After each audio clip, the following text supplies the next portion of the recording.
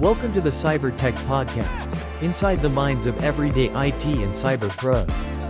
Your host, Mike Fierros, will dive deep into the world of IT and cybersecurity, bringing you the stories and insights of professionals who are making waves in the field. From how they got started, to their most exciting projects, and their advice for aspiring tech enthusiasts, we cover it all.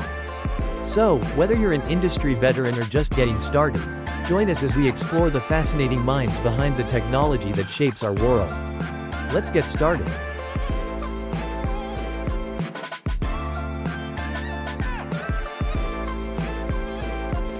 Hey everybody, how's it going? It's Mike again, and you're listening to the Cyber Tech Podcast, inside the minds of everyday IT and cyber pros. And thanks again for everybody giving encouragement and shout outs on LinkedIn, all the social media platforms, Instagram and Facebook. I really appreciate the encouragement, the show suggestions too. Appreciate that a lot. And shout out to the listeners in Australia. Shout out to the listeners in Mexico too. Appreciate all the support and listening, guys. And I definitely want to help people get into IT cybersecurity. This show is no different. This show is episode 6. The gentleman in the interview, he's a colleague of mine at GlobalMac IT, where he helps clients and users with their tech issues. He's had numerous IT roles in the past as well. The gentleman we're going to interview, his name is Ben Trevino. He's a help desk agent too at GlobalMac IT. How's it going, Ben? Hey, Mike. How's it going? Yeah, Ben. Thanks, man, for being on the podcast. I wanted to get you on here as well, because you have wealth of knowledge being IT for a long time now, and you've had IT roles in the past as well, and it's definitely going to benefit the folks listening to this podcast. Yeah, no problem, man. And yeah, I enjoy working with you as well. No, I appreciate it, man. Thanks for your time. And Ben, go ahead and introduce yourself to the listeners, a little bit about you and how you got started in IT. Yeah, sure. Well, I've been married to my wife for, she's going to hear this, but it's like 20 something years. I can't even remember. We got married in 01. I've got 3 kids. Before this, I didn't work remote, so I was always at the office. But now being remote, I get to be around the kids and the family. We moved to a house with 2 acres, so it's been nice to be remote now, which helps out with the family. So I'm pretty much a family guy. Do a lot of things like playing basketball and baseball and all the stuff with the fam. I got into IT around the time that I got married in 01. It was interesting because I actually worked. So I dropped out of college. I was going to college for music. I thought music was going to be my everything, but it just didn't pay the bills. And so I went to work with my dad in construction. So we did water and sewer lines. And so I literally worked myself through the trenches, like literally in, sewer. Nice. I mean, you can imagine. Yeah. And it so happened that the company kind of started to go under. It was my dad's company, but it was starting to go under. So anyway, I needed to find a job. My wife was working at an insurance company, and she just kind of asked the IT director, because she was an admin assistant, so she reported to quite a few of the executives. And so she was like, "Hey, my husband needs some work. Is there anything he can do?" And so they brought me in just to do cable runs underneath the data center floor. And I'd never done that kind of stuff, but I was good with tools, and I was like, yeah, I could do that. And so I did. I ran all the cable trays for their data center, and I did it pretty quickly. And so they're like, okay, well, can you do anything else? I'm like, yeah, I'm pretty good with pretty much anything. I mean, I'm kind of not telling the whole truth, but I was just like, I need a job. Yeah. And so they're like, hey, we got all of these computers that we just migrated from like older, God, these were like really old computers, compacts, and like the beige ones, they're old when they're beige. Yeah. And so they're like, hey, we just need all these wiped, and then we're going to turn around and sell them. So the funny thing is, I had no idea what that meant. So I was like, yeah, I could do it. I thought they meant wiping as in cleaning them, but they're like, here's a little floppy disk, throw it in there and run this fdisk command. And I was like, sure, I can do it. Well, I wiped, I think 350 in like a couple of days. I just kind of figured out a system, and I did them all. And they're like, oh, wow. Okay. So you do know what you're doing. And so they started letting me do some more things in the desktop support team, which was it's kind of it Mm. wasn't like a help desk, but it was like the hands-on, the imaging of computers and stuff like that. Anyway, long story short, I started helping out with just the odds and ends. Grab this computer, it's been freshly imaged, go take it to a user and set it up for them.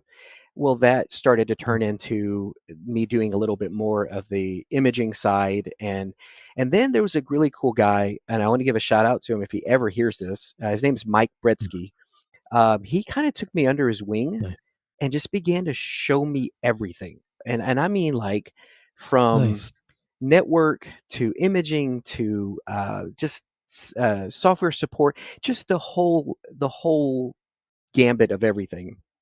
And we had a great friendship for the time that he was there, and that just got me going. Like that got me in the door. And so Mm. after a while, there was a opportunity to come on full time, and there was a guy that was there with me that was also a temp, and he had experience, he had knowledge, he had way much more than I did, and honestly, just because I worked harder, and I'm not trying to knock him at any for any I'm not trying to knock him at all, but For sure. I worked harder, and that got me that paid off. They wanted somebody that was going to be Mm. there to work and to get the job done quickly, and there was also the customer service side of everything, being kind and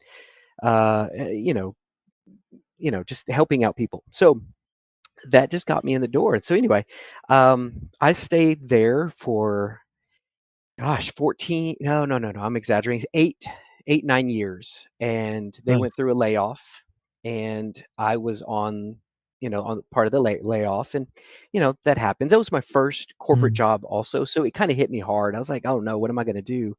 Mm. But immediately, I applied for another job, and this was an insurance company, that sells they have agents out in the field that sell the insurance for the company, and anyway, so apparently, um, all insurance companies, at least here in Texas, where I'm at, people kind of bounce from insurance company to insurance company, and it just so happened that my one of my best friend's sister worked at this other company, insurance company, that she was like, "Hey, I know Ben. Let's get him in here." So I got it. Within a month, I was back in work doing help desk stuff again. Um, Nice. yeah, so there I was just literally on the help desk. So it wasn't desktop support this time. It was more just call center, taking calls, and then we had our internal people that I would go to their desk and so it was like both help desk and desktop support, and that was Mm. fun. That was a lot of fun, and I was there for 14 years, and Oh. and nothing made me move away from that other than I just needed to grow, and because I kind of got stagnant there, Mm. and then that's where I met Luke Macias. He worked with That's me right. at US Health Group, and then he moved on to GlobalMac IT, and then Mhm. years later he's like, "Hey Ben, there's a position opening up. Do you want to come on?" And I turned him down the first time. The Oh, second did you? time I applied, yeah, it was really funny because he was Nice. like, pulling for me, and I'm like, "Yeah, I don't know. I'm really liking it here." I didn't really, and it wasn't that I didn't like the job. It was just I became burnt out and stagnated, and Mm. I just kind of got in a weird place, and 14 years and no growth, and True. I needed to change. And so anyway, he reached out again, and I was like, "You know what? All right, Luke, I'll apply." And I applied, but I don't know that I actually applied because I never heard back from anybody. And then the third time he reached out, and I was like, "You know what? I'm gonna go all in on this one." And so I did, and it paid off because I got Mm. hired on at Global Mac, and I've been here for a year and a few months, and this is the biggest growth that I have ever had, and the most fun company to work for in the IT field. So yeah, so that's how I got here, and that's a brief overview, and I'm sure we can go into details if needed. But yeah, that's how I got here. Yeah, no, that's awesome, Ben. Like you took a different approach to get into IT. You took originally you mentioned you're in construction, and I've had I've had folks ask me, hey, I work in construction or I work in a different trade, plumbing or trucking, what kind of skills can I transfer to get into IT? For you, Ben, when you first got the first IT gig and you had to lay down some cables, did you kind of grab some of your old skill sets from your old construction job and apply it to that? Yeah, for sure. I mean, when laying water and sewer line, I mean, I mean, think of it like a Ethernet cable going from one end to another Mhm. end. It's kind of the same concept. And then the cable trays, I mean, it just made sense. I don't know, any other way to see it. It's just like True. it all made sense. One end goes to the other end, and you're elevating it because of anything that can hit. You don't want the cable to sit on the ground True. for and the funny part is later they had an issue where water had came through like one of the pipes for some I Oh, can't remember where it came in or how it came in or why it wasn't plugged at the top, but anyway, water came in and luckily all that stuff was elevated, which is by design, and that paid off. All that work that I did actually paid off later in the years, and just that's awesome. working with my hands and working on timelines and understanding all that, just kind of it did help. It paid off Mm. in the end. So yeah, so that did correlate with it, or just helped out. That I think that's really, really good. Taking the skill sets, your former profession that you had, and getting into that, and I always ask, not always ask, but I've had folks ask me on social media or phone calls and stuff. How do I get in IT? And always, it's kind of a weird question, sort of, because to get into IT, people have different paths. For example, I was working in law enforcement, and you were in construction, and so I always tell folks you'll find that type of story, kind of unorthodox way that you got into the IT field, and I think it pays dividends because your skill set that you applied for the connecting the Ethernet cables or running those cables, you grab that from your construction skill set, and kind of pay dividend because you know what it is to work hard and stuff like that. So I think that's a really good example, Ben, of grabbing your old skill sets from your former profession and applying that to IT. And I think that's a really good example right there. Yeah, yeah, for sure. Looking back, how you transitioned from working on premise for a company you worked for years, now working for GlobalMac IT. How has that transitioned for you, working on premise and working remotely?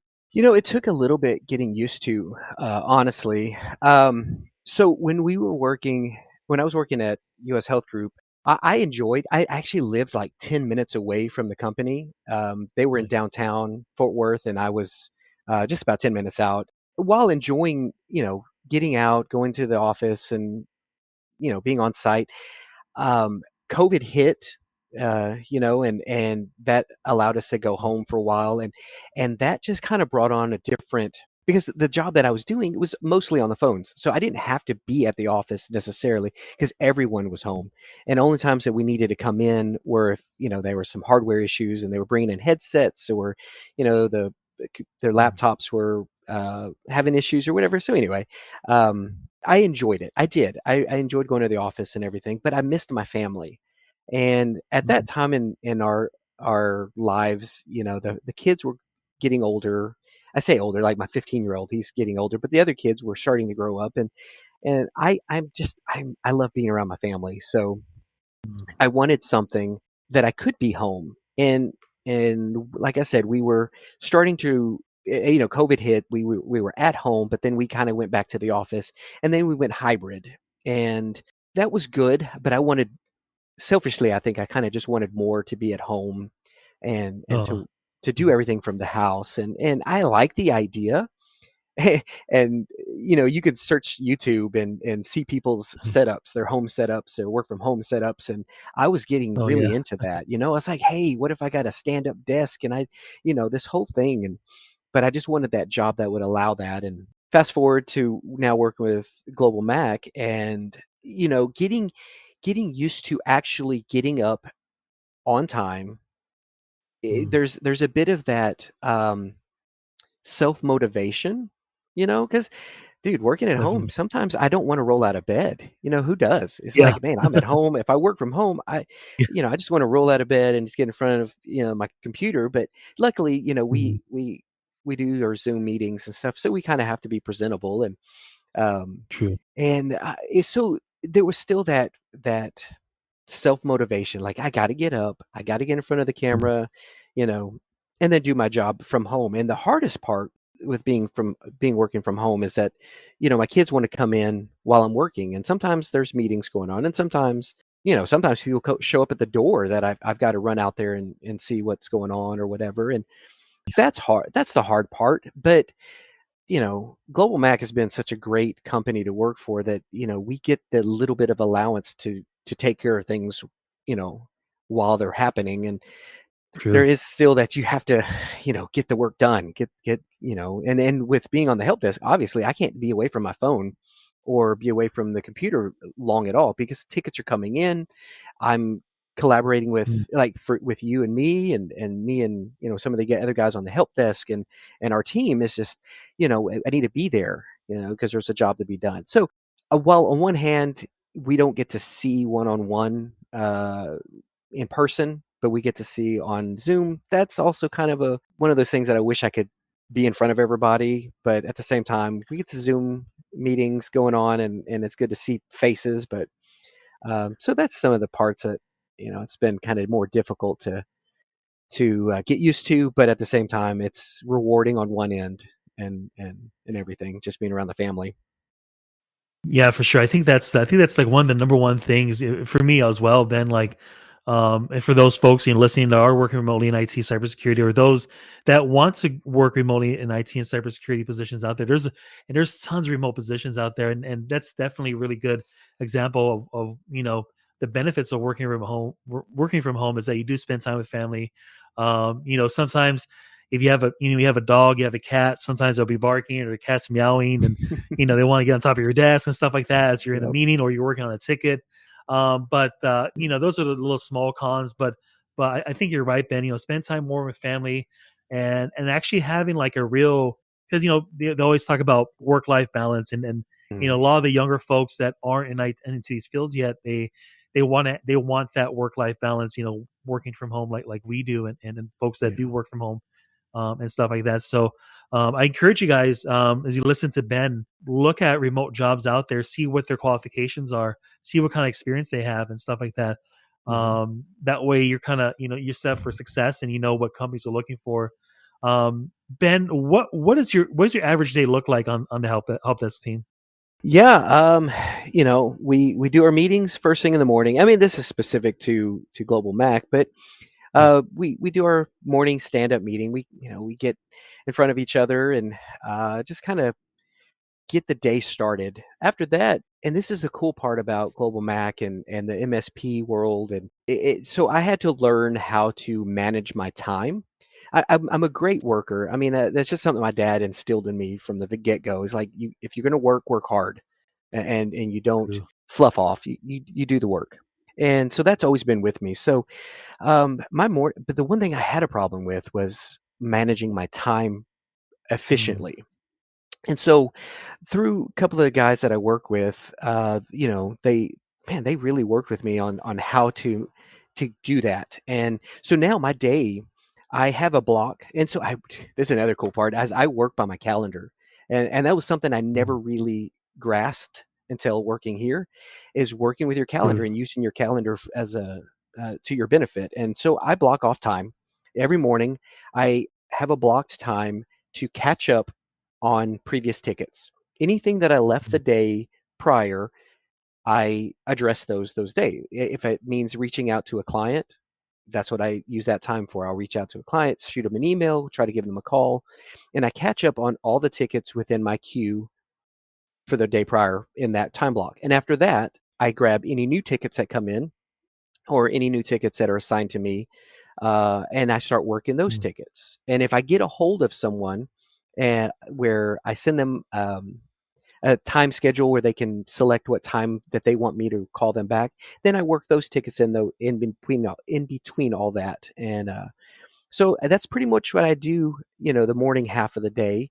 then I go to my lunch, and then after that, it's what I was working on before or other time. So like Tuesdays and Thursdays, I have a training time block where I allocate that time to do any kind of studying, training. Um, we call them rocks, but any kind of projects that I'm Mm-hmm. working on, I put that in those two windows, and my Tuesdays and Thursdays training block. And sometimes it's even just reading articles for like like we just recently had a Mac OS update, so I get familiar with Mm-hmm. what's coming out. Watch some YouTube videos on new features and stuff that I didn't pick up on, or what people are doing or using or seeing, any new hardware. That's just kind of that time for me to kind of get familiar with. And it's really just the Mac side of things because that's predominantly what we do at True. Global Mac. Um, and then 4 o'clock Central for me, I sign off, and that's usually my work day. And then we do our on call. We do rotate our on call stuff, and so Mm-hmm. that's fun. We get a week of on call, and it's like every IT job. You do want on call, but you don't really, because then it kind of interrupts whatever you're working on. But it's not too bad, especially here at Global Mac. No, you're right, Ben. Like working remotely, you do rely on you learn how to do time management. Yeah, because I remember working on prem my last job, and I used to live in Texas as well, and worked in Bedford, Texas. And I remember, even we're just working on prem, you don't really use your calendar like you Right. normally should.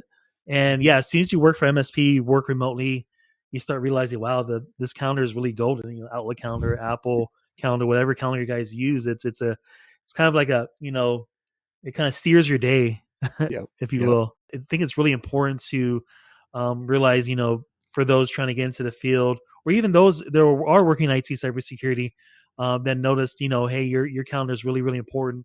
Here, I know with Global Mac, we take our time to plan out our weekly schedule so we can have like a plan out our week and whatnot. And that helps with time management and stuff like that. And it also helps personally too. Like all of us do different things on the side, and it kind of helps. Time management helps even doing this podcast right here and stuff like that. So definitely time management is really, really important, especially for IT professional. Yeah. Because and especially help desk. Help desk. You're firefighting, if you will. You're getting calls left and right from clients, or even tickets being put in from clients that need help right away with a situation that's not that's giving them a roadblock from working and whatnot. And so you have to have that mindset, be like, okay, let me help the person. Let me see what's going on, and have that troubleshooting skill set and whatnot. Ben, besides technical knowledge, what soft skills do you think is really important for someone that's working on a help desk? I'm gonna say probably customer service skills are probably Mm, top notch. Because when you're working on a help desk, like you said, it's firefighting. I mean, you're putting out fires. You're helping people with broken things. mm, Though you can have the technical skills, at least to have a successful help desk or to be a successful help desk agent, whatever you want to name it or call it. mhm, Working with people is the one of the hardest parts of the job, because you got somebody who's upset that this software is not working. It's easy to kind of let that hit your emotions, I guess. I don't know what the proper term mm, would be. It kind of affects you. You're like, oh, they're mad. Uh-oh, what do I do? Having that ability to separate yourself from their frustration and still be that light, if you will, to be like, mm, hey, you know what, I got you, I understand what you're going through. Let me take a look at this with you. You empathize with them, you sympathize with. That's often more effective than doing the technical job the best, and it took me a little mhm. bit to get to this mindset where, I'm more of a customer service dude than I am a tech guy at some points, at least on the help desk. And because everybody wants they want to be helped. And I think that's Mhm, a lot of times that's what matters the most for that client or that person or whoever you're working with. That makes you a better technician overall is your personal skills. I think. I think. I mean, and that's what true.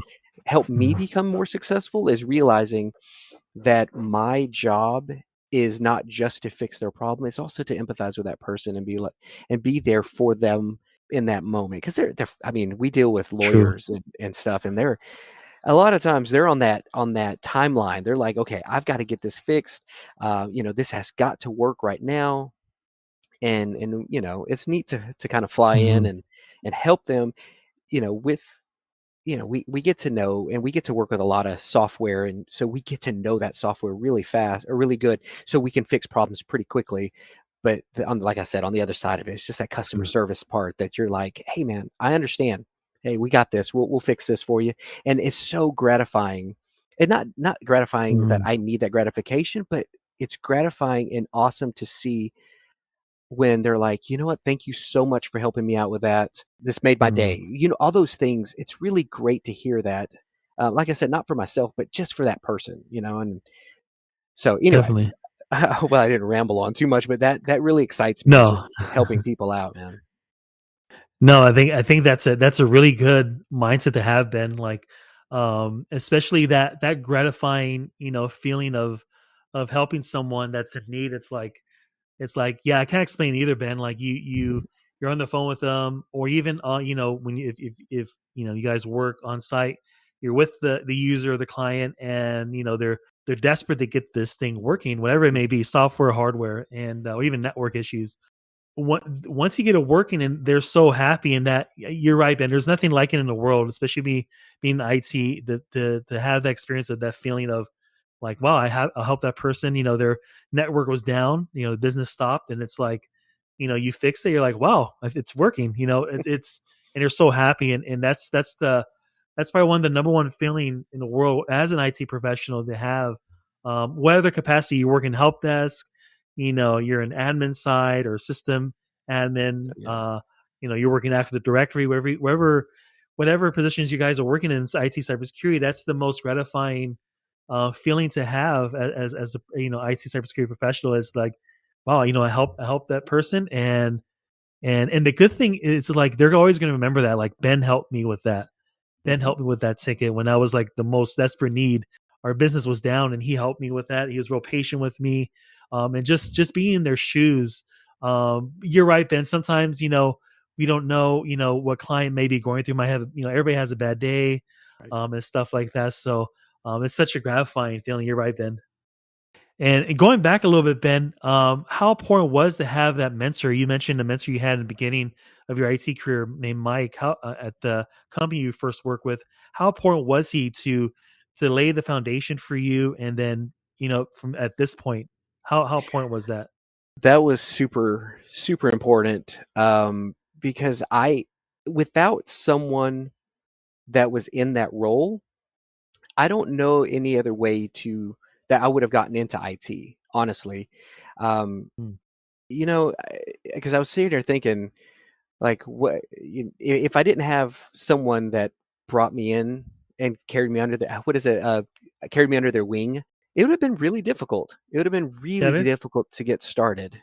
And I don't know this being true, and 100%, I would pay this forward if I ever have the opportunity to train someone up and bring them in IT. But he just kind of just little by little taught me how to do things, and trying to think of examples of what he did.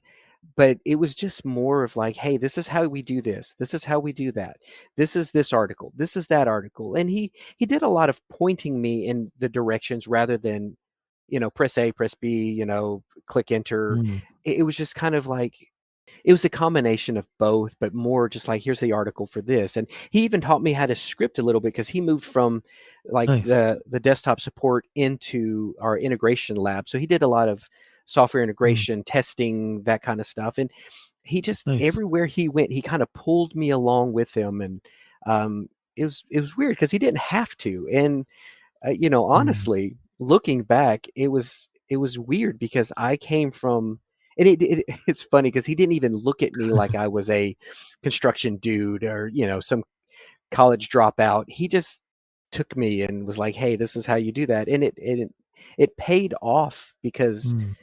I now have that training ability. Like the way he trained me was so good that it's one of those things that I want to make sure that if I train someone, it's going to be the same way. I don't know. I don't know. That guy's probably an angel or something. I don't know. He was awesome. I really appreciate all the things he did. But it was great to have somebody. So I mean that would be some way to get into IT. Is like find somebody you know, Mm. or even nowadays, like now, like some of the stuff that I'm in. Like I do a lot of home lab stuff, and maybe we'll get to that question or something later. But what I do on the sides, but find YouTube videos. There's a guy named Network Chuck. He's actually, I think, was out of Dallas. Oh, nice. His YouTube channel, he talks about like how to get into IT, and they always say start with the help desk, and but I would definitely expand on that. Was find somebody you know that is in IT, or find um, something that you like. Like for instance, I Mm. for the kids, what got me into home labbing was my kids wanted to play Minecraft, but they wanted like a general server to connect. They didn't call it a server. They didn't know what it was, but I was like, hey, I know Nice. how to do some of this stuff. So I created a server and in Windows, and it didn't work very well. So I was like, maybe I'll virtualize it. And so that just kind of snowballed. So all that to say that like find something that gets you Mm. going, building a PC for gaming, virtualizing anything that interests, and then find a YouTube video and just start watching, and or find some friend that does that stuff, and just see if you can mirror them, or not mirror them. We call it mirroring here, but just Yeah. go alongside them and see if they would teach you some of that stuff, and be surprised. Like if I can figure it out, I mean, I'm pretty sure so many people can figure this stuff out much better than me. But those are some of the things that Mike and then my interests in computers a little bit that just Mm. snowballed, later into where I'm at now. That's such a good point, Ben. Having someone teach you the ropes, or will Yeah. teach you the craft as an IT. Like you said, then no matter what position you work in the field, having someone like your mentor Mike, Hmm. that kind of put you under his wing and showed you everything that he did, and all his knowledge. That's just it's worth it more than gold, because that Yeah. like you mentioned, it does snowball and whatnot. I had a similar experience as well. Not having any IT experience whatsoever, and having my mentor Eric back a few years ago kind of show me the foundation and Hmm. whatnot. But having that person that's going to take a chance on you, and realizing you don't have any IT or cybersecurity experience. For example, my mentor, he mentioned Eric. He says, the good thing you don't have experience. What's the good thing about that? I asked him what. He goes, you don't have any bad habits that you Yep. form. So I'm gonna be able to teach you the right way to do things, and why you should do them, and why you should continue to build on those. And so, shout out to your mentor Mike, Ben, and shout out to Yeah. Eric, wherever he's hearing this and whatnot. Because those type of guys, those type of people are definitely necessary. And then as you grow in your IT journey, in your IT field career, you start meeting other people that are in the same mindset. Hmm. And it's like, these people, we also help people too to get them going too. And so it's kind of iron sharpening iron in these fields, Yeah. and really any really professional field, really. But specifically for IT, because there's so much stuff. For example, guys, Ben hasn't got his position because he knows it all. People have helped him, and he continues to help people. Same as me, we don't know everything, and so to be guided by individuals that Ben's mentor Mike, that help them out and stuff like that. That's such awesome. For those that are in high school still, or maybe even college, maybe find a professor that or a teacher that's into IT or teaches computers. Maybe there's a computer repair program. Search online if there's like a computer club or some kind of cybersecurity IT classes at the local community college you guys are at, wherever you guys are listening to this. High schools as well. That's going to help out a lot and kind of build your foundation while you're guys still in school, and then once you get into the workforce, you'll be familiar with stuff like that. When you're not working IT, what kind of things do you do to kind of ease the stress level a little bit and whatnot? Yeah, this is my favorite part, I think, because every day at 4 o'clock, like after I get off of work, and this is approved by my wife, I get about an hour of game time. And I mean, Nice. I'm kind of joking about all this, but it's literally what we've decided. Let me kind of Mhm. unwind by playing some like Call of Duty, or I'll play if I'm not playing with my friends. Usually, I'll play with the kids. We'll play some Minecraft, or we'll play Fortnite. I'm not that great at any of these, but it's fun. And then later I'll play some other games. But so I'm an avid gamer. I built my own Nice. gaming machine. It's not anything to write home about, but it plays games pretty well. And then on the other side of all that, I love to host a lot of servers. So I have a Plex server so that I do all my movies and stuff like that. Nice. And I did the Minecraft servers. I've got like 3 Minecraft servers running. I've got some other stuff that I've just watched people online. So I've got a Pi-hole server, which is my DNS kind of blocks inappropriate stuff, as well as ads and things like that. And so I have all these little servers that are running, and I've learned Docker this way. So I had to learn Docker for a couple of different things that I wanted to run, and I took it as a challenge. I was like, okay, you know what? Let me see if I can figure this thing out. Just watching videos on YouTube, and I do. I've got like 3 Docker images running, and Docker servers running, and I think those are my Minecraft servers, and some of my other stuff is all Docker. Actually, now that I think about it, but Nice. I learned how to do this stuff. And I mean, if there were like a real Docker guy, he'd probably like, oh Ben, you didn't do so well, but it's running, so that's I did something pretty good. But I'm learning to do some networking stuff. Like I ran Ethernet throughout the house, and all this stuff. So that's the stuff that I like to do. That is still tech related. Um, Mhm. so that's kind of the fun stuff. That, and I'm really big into retro games, so I have like this RG35XX little. It looks like a Game Boy. I've got all my retro stuff on that. Oh, So that's cool. I guess all that to say, I'm pretty much a big gamer then. But yeah, definitely find something, guys, that's gonna keep you learning, but also kind of relax you. Because there'll Yeah. be days, for those in the IT field, yeah, there'll be days where it will be stressful. Depending on the circumstances, what you're doing or what you're troubleshooting, whatever it may be. So find something at the end of the day where you could just relax, enjoy what you love to do on the side, and whether it's spending time with family, playing games, playing basketball, whatever they may be. Definitely find something. Appreciate Ben for coming on the podcast. Really appreciate the knowledge you gave, and I know it's going to definitely help out folks listening to this podcast. Ben, if someone wanted to get a hold of you, just ask you some career IT questions, how would they get a hold of you? I am on LinkedIn. You can find me there if you just search for Ben Trevino the third. So it's Ben Trevino I. And I'm going to also make sure that Ben's LinkedIn is also in the show notes. That way, if you guys ever do want to reach out to Ben and get a little guidance how to get into IT or anything like that, go ahead and feel free to click on that link and contact Ben on LinkedIn right there. And thanks, Ben, for being on the podcast, man. I really appreciate it. Again, it's going to help folks get into IT, and whether they're in college, whether they're trying to pivot into IT, it's definitely a wealth of knowledge that's going to really help them. And episode number 6 in the books.